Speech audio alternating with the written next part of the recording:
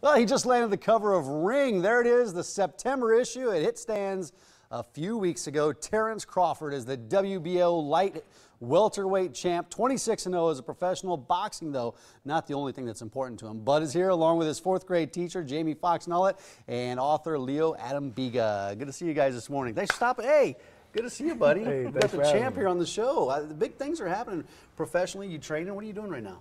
Well, I'm training right now, so yeah, preparing for my next fight. What is training like in between fights? Because I know there's a lot of stuff that goes into that, right? Right. It's hell. It's tough. It's not easy, huh? Yeah, it's tough. That's what it takes to be a champion, though. I imagine my 5 a.m. workouts are a little bit different than your workouts when you're training for a fight. But I got to ask you, what plays a larger role in winning? Is it being technically sound or having heart, or do they kind of Well, they all play a big factor, but I say your mind. Mm-hmm.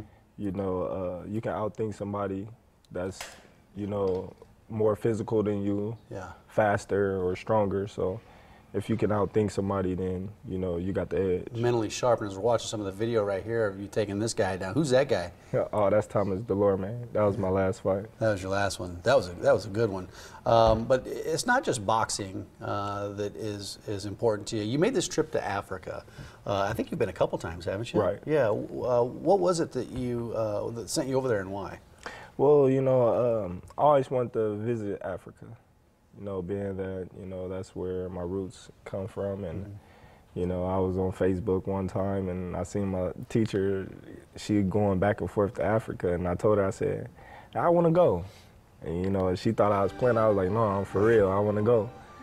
And she was like, all right, well, if you want to go, then we're going to set it up and we're going to go. I said, all right, set it up. And she was like, are you for real? I said, I'm for real. Let's go. But hurry up before I get in training camp. Yeah, and so you guys did that. Yeah. And Jamie, talk about your connection with Terence.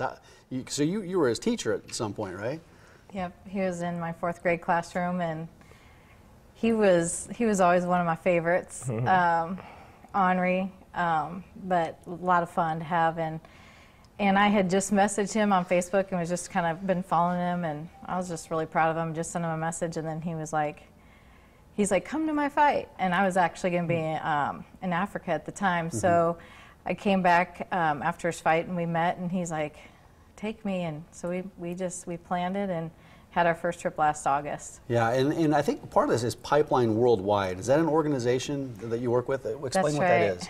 Yeah, we're a nonprofit, and we basically just connect people from kind of the first world with opportunities around the world that to connect with projects in need. And so we take people on these trips, and we even help do some local projects as well. Yeah, so. And Leo Adambiga has been on our show a number of times. One of my favorite local writers. And Leo, you've been covering Terence for some time. Why did you follow him to Africa? Has that trip happened yet, or yes. Where are we at with that? You did go. Yeah, very much. June 1st to the 12th was that trip, and as you mentioned, I've been following Terence a bit now as a journalist, and so there's a lot of compelling aspects to his story, and all writers love to write about boxing. It just lends itself to a lot of descriptive things, and he has a particularly compelling story, I think, and he's and he already is a significant figure now in Omaha culture and Omaha sports history. Yeah. And so I saw an opportunity to go and get deeper into his story. Well, what did you find out? What did you find out with Terence? Well, the trip wasn't all about Terence, right? But I definitely saw a man who's vitally interested in the world, right? I mean, the world is a much bigger place than Omaha, Nebraska, and there are people in great need, and I saw him interacting with people as we all did on the trip in various ways, and I saw someone who's a very serious person. And he's multidimensional. Yeah. Terence, what was it about your time in Africa that touched you most? I'm sure you learned a lot of things, and like Leo said, you're very interested in the world and the people in it. Well, like the first time I went, what touched me the most is, the people there. They got so less, but it means so much to them. Yeah.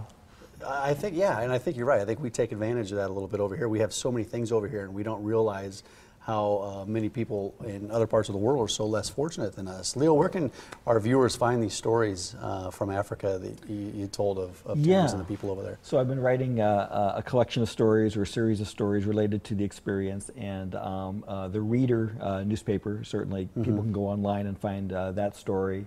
And that was the July cover story in the Reader. And there's a new story out in the new Metro Quarterly magazine issue, and it's an even more comprehensive story as well. Yeah, and we have Metro Quarterly on our show that we talk all the time with Andy Hoig over there. Terence, locally, I mean, you're interested in the world in general, but locally here, I see you in the newspaper. I see you on news stories all the time. So you're doing a lot of things locally here. What are you doing locally? Well, right now I'm currently, you know, funding and running my boxing gym, owner with Brian McIntyre, my coach. You know, and we just trying to, you know, get that off the ground right now to help the kids get off the streets. What has the last couple of years been like for you? You became the champ, and I imagine things have changed a little bit in how people respond and react to you and some of the attention given to you. How have things changed for you? Well, it really ain't changed, you know, except more people notice me, you know, as the champ, and more people, you know, tune into my fights, and, you know, more people acknowledge me as a great fighter. Yeah, and you continue to bring these fights to Omaha. Anything on the horizon coming up? What do we got? Well, I got October 24th, you know, here in Omaha. Here in Omaha. And who are you fighting? I don't know yet. I don't got an opponent yet. Nobody's stepped forward. Right. Nobody's raised their hand to come fight Terence Bud Crawford. Right. Great stuff. And Jamie, how can our viewers get involved with Pipeline Worldwide? I know it's an organization that you care a lot about, and Terence does as well. They can go on our website and can sign up to go on one of our trips. If they want to join us to a trip to Africa, they can do that. And we're actually working with Terence right now on helping him with his boxing academy. So we're raising some funds to help him and what he's doing in North Omaha. So if they want to get involved in that, they can support us that way too.